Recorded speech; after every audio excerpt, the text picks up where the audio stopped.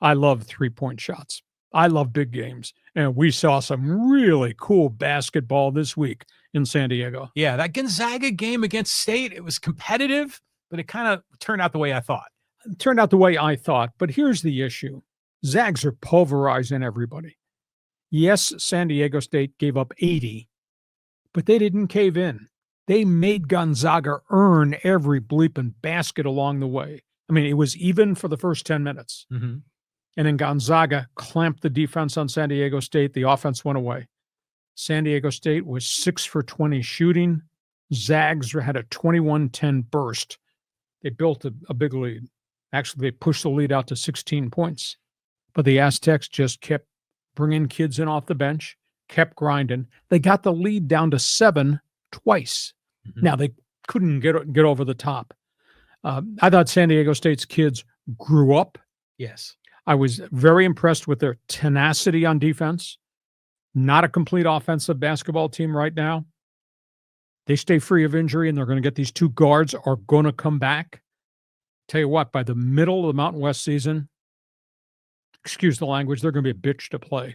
Because I just think they've got a lot of components. Now, they're devoid of inside play right now, and I don't know how you fast forward the progress of Magoon Guath and the transfer center, Jared Jones.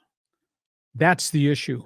Those guys played a lot of minutes, had a lot of fouls, played a lot of minutes, had 3 baskets and 3 rebounds. They need more from their bigs. Maybe Miles Heide is going to grow into that role to be an enforcer at 6'10" to help them. But boy, I like the perimeters. They got a lot of guys who can shoot threes, and if you shoot threes, you can stay in a lot of games. And conference is going to be hard. But I was so impressed with how hard they played and how tough their defense, and they did not cave against a team that's averaging. Now it's almost 100 points a game. The Zags are averaging. I think they're 5-0 on the season now. I mean, they're just smashing everybody. And they earned every bloody point that they got in that 80-point win over San Diego State. It was not easy at all. So I'm pleased for Brian Dutcher. I kind of really like all the different things that I saw. And John Riley says, it was a great game. And like you say, they grew up. Gonzaga is going to probably win the national championship. Final Four, baby. They're loaded. And so they did a good job. Magoon Guath is fun to watch, but he's still, like a toothpick out there. And so he gets raw, gets banged around. But, Pharaoh Compton had that cramp in his leg. And I think Miles Bird, a cramp caught up with him. It just wasn't the Aztecs' night. But BJ Davis looks good. I mean, I'm really like what I'm seeing from him. To your point, yeah, the Aztecs are going to be great when the Mountain West season gets going, but we need them to be good like next week. It's going to be hard to be good next week because now they go play Creighton and their big gun forward, Cal Kenner. They're going to play Oregon. They're probably going to wind up with Arizona in the 3rd round game. That's as tough as it gets. You'd hate to think 4-game losing streak, but it's a growth process. And I still think that this is going to be a really good Mountain West team. And I'm so excited about Magoon. I just look at the potential athleticism, and he's just a young pup. You give him another year in a strength program and another year to work on fundamentals and technique. That's going to turn out to be a hell of a big man if they can keep him. Yeah, I know. I saw the interview with Miles Heide because he's the roommate with Magoon Guath, and he says, yeah, Magoon's constantly eating, try to put on the weight. And I think he's put on like 15 or 20 pounds, and he's still rail thin. Exactly. But he'll be a fun player to watch. Last topic. You got to explain this one to me. Again, we're talking Southern Cal, UCLA. UCLA, Pauley Pavilion, Hall of Fame in that building. Beautiful facility. Unbelievable legacy and history. Coach Wooden and all the other great coaches that have been there.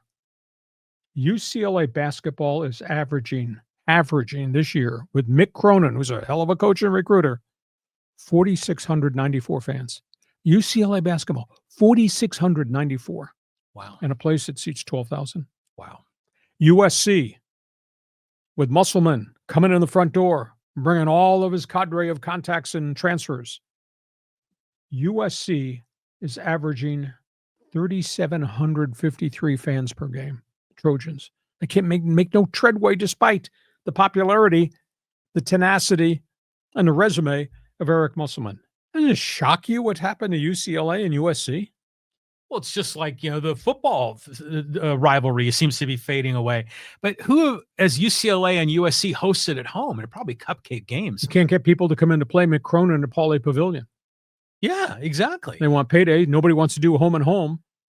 So with apologies in advance, I guess I understand you can't be excited playing Long Beach State and some of these other schools. The other problem is Mick Cronin, this came out of his mouth. This is not me. This came out of his mouth.